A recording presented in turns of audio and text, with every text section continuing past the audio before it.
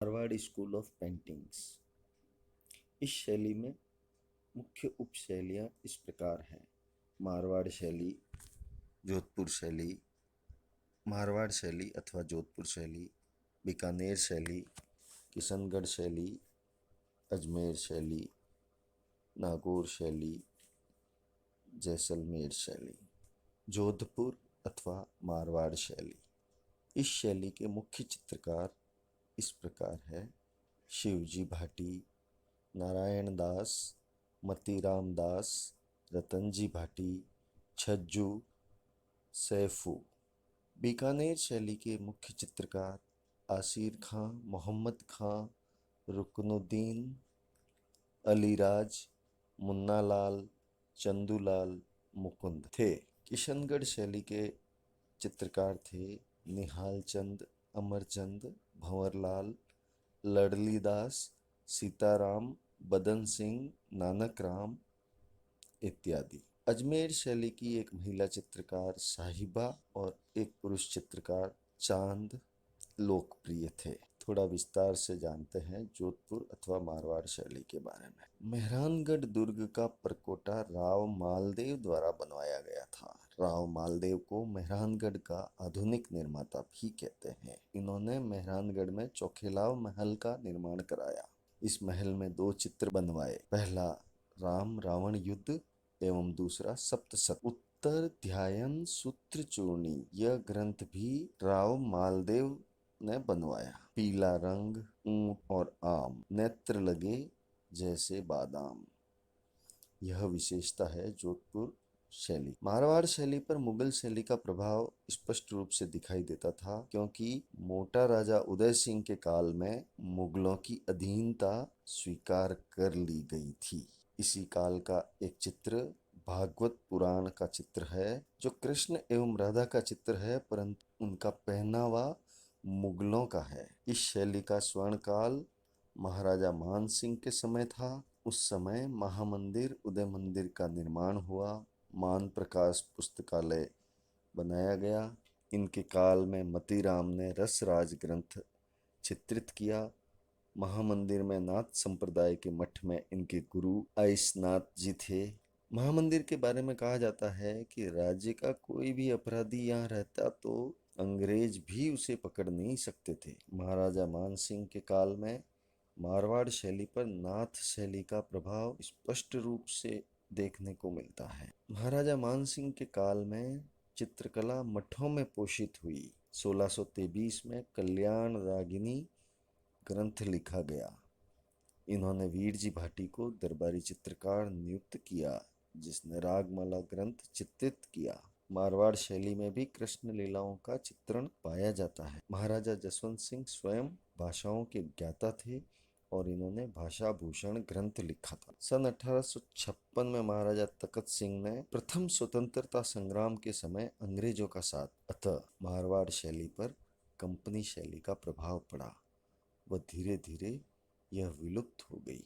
इस शैली की प्रमुख विशेषताएं मरुस्थल, घोड़े, ऊंट, कुत्ते इनका चित्रण है। इसके अतिरिक्त ढोला मारू, मूमल इन विषयों पर भी अत्यधिक चित्रण किया गया है। इस शैली में पीले रंग की प्रधानता रहती थी एवं आम के वृक्षों की अधिकता रहती थी। बीकानेर शैली, इसका आरंभ राय सिंह के काल में माना जाता है। राय सिंह के काल में ही रागमाला ग्रंथ का चित्रण हुआ। राय सिंह ने जूनागढ़ बनवाया था। इनके दरबार में नूर मोहम्मद एक चित्रकार था। इसे मोहम्मद शाह की उपाधि दी गई थी। राय सिंह के पिता राव कल्याणमल ने 1570 में सर्वप्रथम मुगलों के दरबार में अधीनता स्वीकार कर ली थी। नूर मोहम्मद मूलतः मुगलों का चित्रकार था। मुगलों की अधीनता स्वीकार करने के कारण इस शैली पर मुगल शैली का प्रभाव स्पष्ट रूप से दिखाई देता है। महाराजा अनूप सिंह का काल चित्रकला का स्वर्ण काल कहा जाता है इस शैली का। बीकानेर शैली के सर्वाधिक चित्रकारों को संरक्षण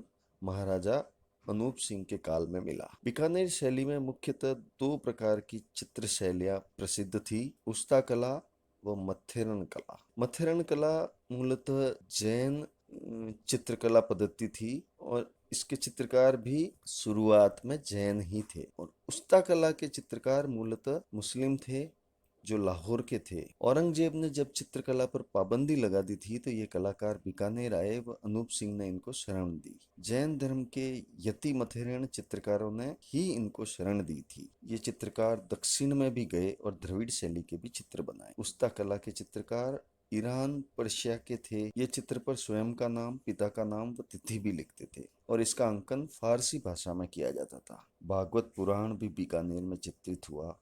मथेरन कला की विशेषता लकड़ी की पट्टियों पर चित्रण, काष्ठ पर कलाकारी इत्यादि थी। उस्ता कला के चित्रकार ऊंट की खाल, लकड़ी की पट्टी पर अथवा भित्ति चित्र बनाए जाते थे। मथेरन कला को मुनवत्ती कला भी कहते हैं। बीकानेर शैली में सर्वाधिक चित्रण घोड़े का किया गया। किशनगढ़ शैली को प्रकाश में लाने का श्रेय एरिक डिक्सन व फयाज अली को है। इन्होंने बनी ठनी के चित्र को मारवाड़ की मोनालिसा कहा था। बनी ठनी का मूल नाम विष्णुप्रिया था।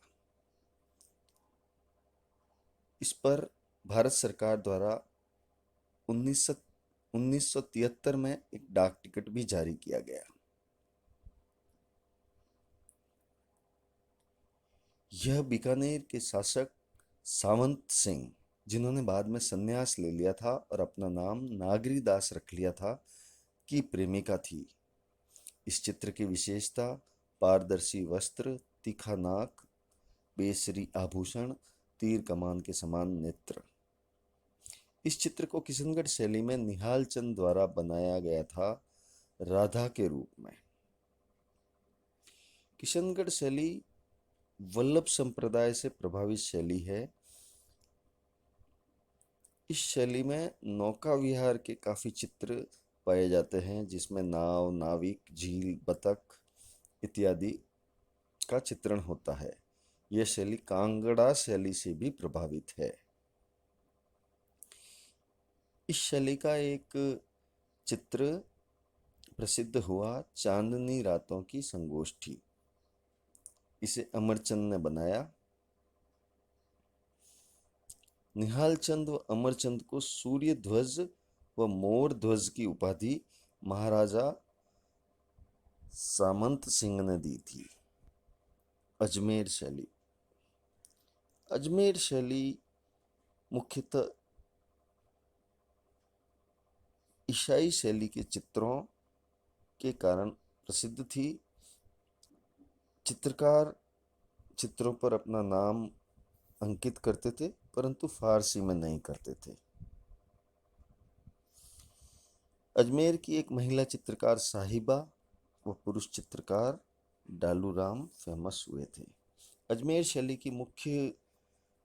शैली के चित्रों की मुख्य विशेषता गले में हार, माथे पर तिलक और कमर में कटार थी।